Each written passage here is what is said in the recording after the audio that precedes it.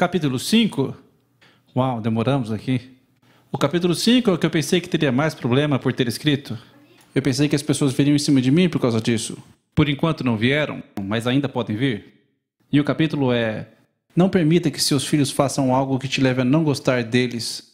E eu pensei que seria contagioso porque primeiro as pessoas pensariam: ora, jamais deixaria de gostar dos meus filhos? Sério? Sério? Sério? Você vai realmente me dizer isso? E tem um elemento aterrorizante que é muito pior do que isso. E como psicólogo clínico, eu posso dizer que eu já vi de tudo. Eu posso te dizer isso. E sabe, eu tenho visto famílias... É como se os membros da família estivessem em um círculo. E cada um deles tem as mãos ao redor do pescoço do outro. E eles estão apertando o suficiente para estrangular a outra pessoa em 20 anos. E essa é a família. É como... E sabe, se você ainda não encontrou uma família assim, talvez você não esteja prestando atenção, sabe? Existem chances razoáveis de que você esteja dentro de uma família como essa. Então, a ideia de que pais nunca deixam de gostar de seus filhos, meu Deus, como inocente você pode ser? Se você acha isso, bem, eu nem sei como você começaria a se consertar. Eu nunca deixaria de gostar de meus filhos. Esses são os pais que produzem filhos mais monstruosos também, eu te afirmo. Então, existe uma ideia de Carl Jung que eu gosto muito, que é a ideia da sombra. Sabe, isso ficou popular na psicologia. Em certos tipos de pensamentos na nova era também, mas uma coisa que eu posso afirmar sobre Carl Jung é, não importa o que outra pessoa possa dizer sobre ele é absolutamente não adepto à nova era. Se você leu Carl Jung e o entendeu e não se aterroriza até as profundezas de sua alma, então você não entendeu nada do que leu. E uma das coisas que Jung disse a respeito da sombra, que é o lado sombrio da humanidade, a parte mais sombria de cada indivíduo, é que suas raízes alcançam todo tipo de mal. E ele mencionou algo bem específico, tanto metafísico quanto prático. O elemento metafísico ele mencionou inferno, literalmente, metafisicamente, mas ele também mencionou outros tipos mais próximos de inferno. Ele mencionou que se você for capaz de entender o seu lado sombrio, então você poderia ver em você o reflexo do comportamento que esteve presente em Auschwitz, por exemplo. E essa é uma razão porque as pessoas não levam a sério suas partes sombrias e nem mesmo confrontam o fato disso existir, porque ninguém quer ver isso dentro de si e nem imaginá-lo. Isso é absolutamente inimaginável. Você também acredita que essa confrontação com a barreira é uma inevitável barreira para o seu amadurecimento? Sabe, Joseph Campbell, que é bem conhecido entre alguns em certo sentido, ficou bem famoso por dizer: persiga sua felicidade. E Campbell, ele aprendeu virtualmente tudo que ele sabe sobre Jung, mas isso não foi o que Jung disse de forma alguma. Ele disse: persiga o que tem sentido e você vai encontrar aquilo que você menos queria encontrar. E esse é o dragão que protege o ouro nas histórias. O dragão é também algo que vive dentro de você. E ele não é algo que você encontra à luz do dia.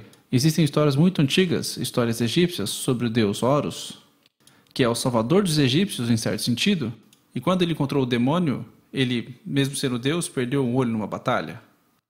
Esse é o famoso olho egípcio que todo mundo conhece. Esse é o olho de Horus, que foi rasgado por Sete, o precursor de Satã.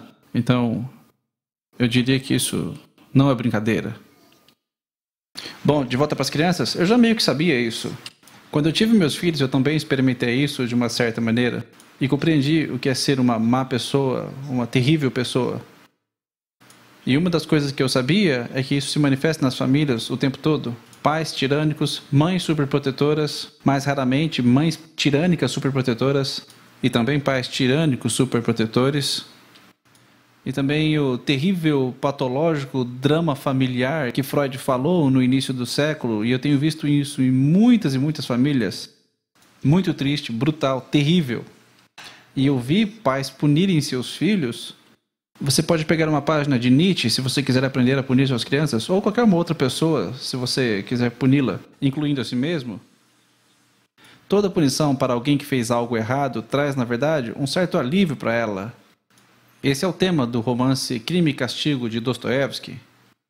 O assassino escapa, mas se sente aliviado quando é pego.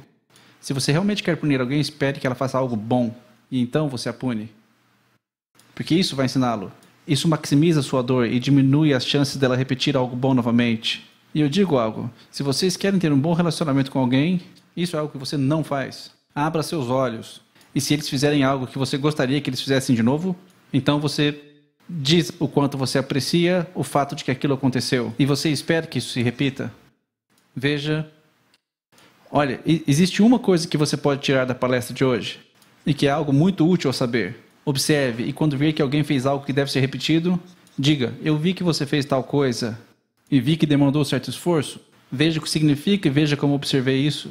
Continue fazendo isso. E se você ama uma pessoa, faça isso para ela. E isso é encorajamento, isso é ótimo. Bom, voltando às crianças, eu já sabia que eu era um monstro na época que eu tive filhos, então eu pensei, bem, minhas crianças eram pequenas, sabe? Bebês com 1 e 2 anos. E eu, um monstro horroroso. E existe uma desigualdade de poder incrível ali. Era melhor que meus filhos não fizessem algo que me deixasse zangado. E agora vocês vão ouvir algo terrível que aconteceu quando eu estava em Boston. Anos atrás eu li sobre uma mulher que mergulhou os braços de sua filha de 2 anos na água fervente. E você pensa, como uma coisa dessa poderia acontecer? É como, bem, sabe, ela devia estar de ressaca, talvez tenha perdido o emprego, talvez apavorada de muitas maneiras, talvez ela não tivesse nenhuma estratégia de como disciplinar seus filhos, talvez não tivesse ninguém para ajudá-la. Ela estava amarga, ressentida e brava, e a criança comportou-se mal exatamente no momento ruim. E você vai estar muito ao redor do seu filho. E você pode desejar que eles não se comportem mal naquele exato momento ruim. Pois qualquer maldade pode te fazer perder a cabeça, e eu não queria que isso acontecesse. E eu sabia que era fácil para as pessoas não gostarem de seus filhos, mesmo que eles enchessem a boca para dizer que os amavam o tempo todo. Eu vi pouca evidência disso em muitas situações. Sabe, nós temos uma afinidade natural por criança, e talvez mais natural e poderosa afinidade pelos nossos filhos, e esse é um bom começo. E você não quer deixar que eles se enquadrem como seus inimigos, você não quer permitir que eles se engajem num desafio de autoridade que o deixaria irritado e ressentido. Isso não é uma boa ideia. E se eles conseguem fazer você não gostar deles, então a probabilidade de eles fazerem outras pessoas não gostarem deles é extremamente alta. E você pode consultar sua própria irritabilidade. E você pode dizer, olha garoto, eu costumava dizer isso aos meus filhos, quando eles tinham 3 ou 4 anos. Olha, não estou bem-humorado, e é provável que eu não seja razoável. Então seria melhor se você for brincar no seu quarto por um momento. Eu gosto de você, você é uma ótima criança, mas cai fora daqui por um instante. E eles ficavam bem com isso. Nós já tínhamos treinado eles até esse momento, a saber brincar sozinho no seu quarto, o que é algo que uma criança deve saber fazer de qualquer forma. Mas você precisa saber que tipo de monstro você é, se você quer ser um bom pai. Se você disser que não é um monstro, você é. Você é incrivelmente monstro no seu inconsciente. E esse é, na verdade, o pior tipo.